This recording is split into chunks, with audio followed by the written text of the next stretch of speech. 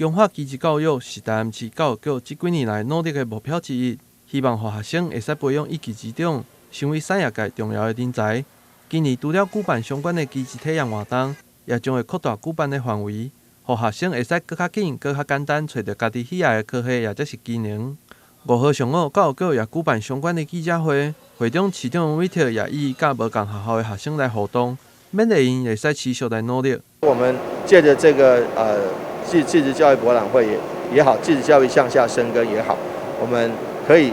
让我们除了高中只在高3、高2、高3的时候才想到说将来要走的路线，不如让他们在国中甚至国小的时候就有机会能够对于各种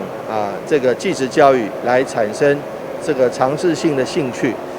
除了传统的基职博览会，台南市教育局也将基职教育相关的体验课程安排伫国小的时阵，加上让老师熟悉相关的课程，希望让学生会使提早发现家己喜爱的科系，同时老师也会使直接来帮助因了解家己的专长。一般的县市都是在国中以上，我们是从国小。那么从这个宣读开始呢，那么给他们呢安排到高职甚至科技大学去探索各种不同的职业的一个学群。